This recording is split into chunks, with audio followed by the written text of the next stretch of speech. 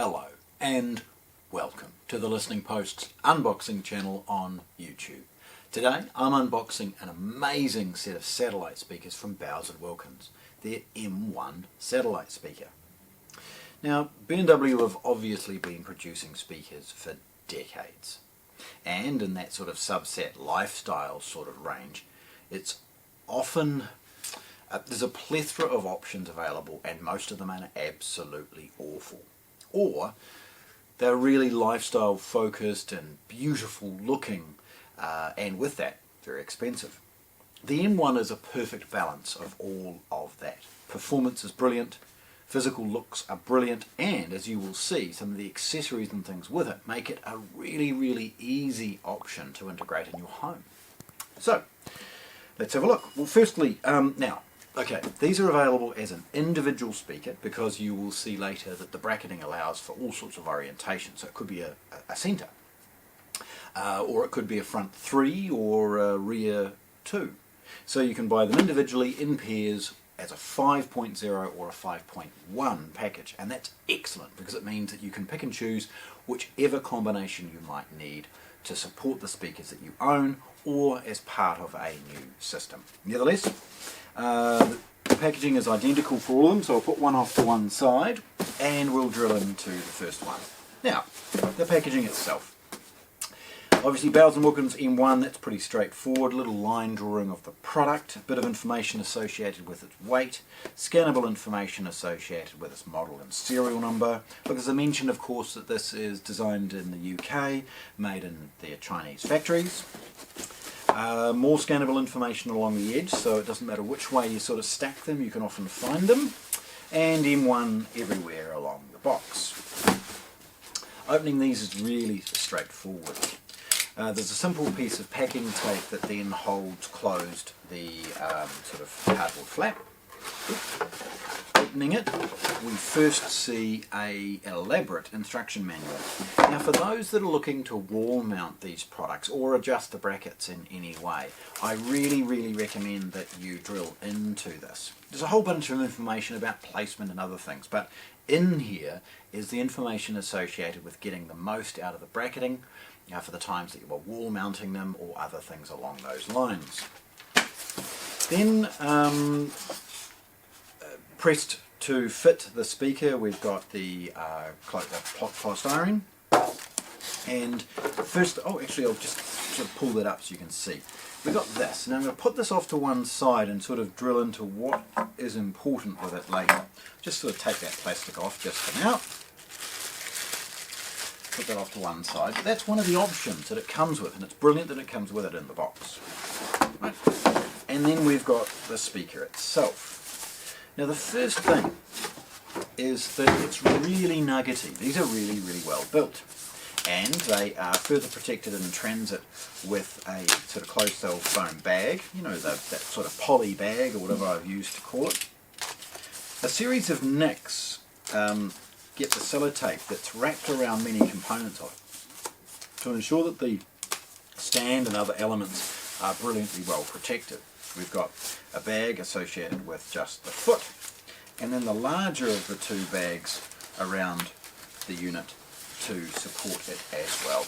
Basically it's all designed to protect it and keep the finish perfect in transit. So looking at the product, you can see immediately a mix of quality and lifestyle.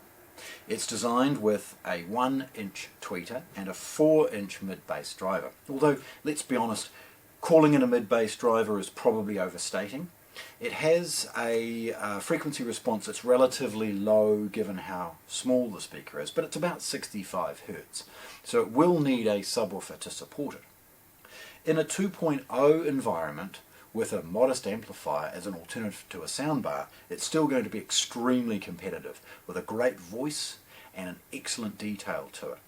A subwoofer would be optional if we're comparing it with a soundbar, but if we're ever going to use it in a surround sound or demanding music environment, a subwoofer is really important to finish it off from a frequency response perspective.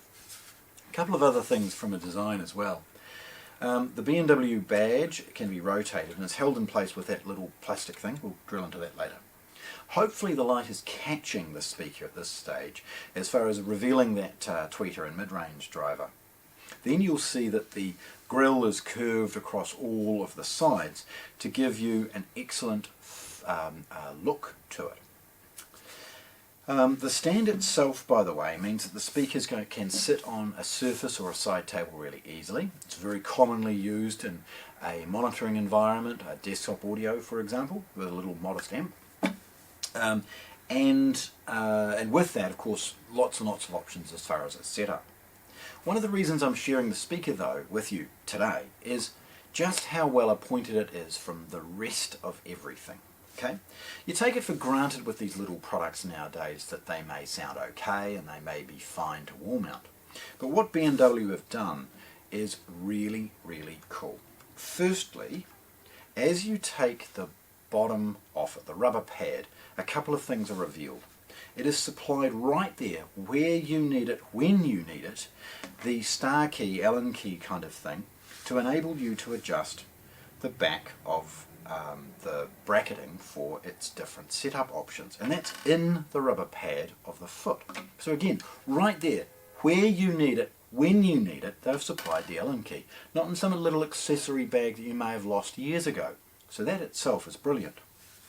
The second is you'll see these small opposing binding posts and the ability to thread via the rear hole the speaker cable through discreetly and into these binding posts.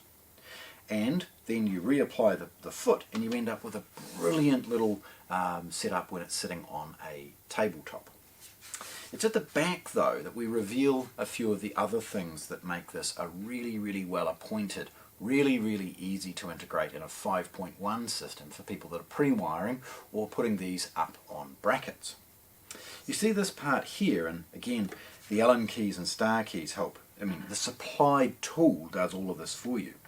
What you're able to do is loosen off and adjust the angle and tilt them up or down.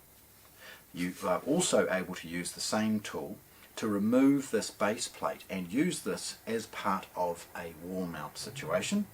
And when you do so, orientate this back panel. So if this is sitting on a side table underneath the TV and you wanted to make it look like a center speaker, you can loosen off and twist it round.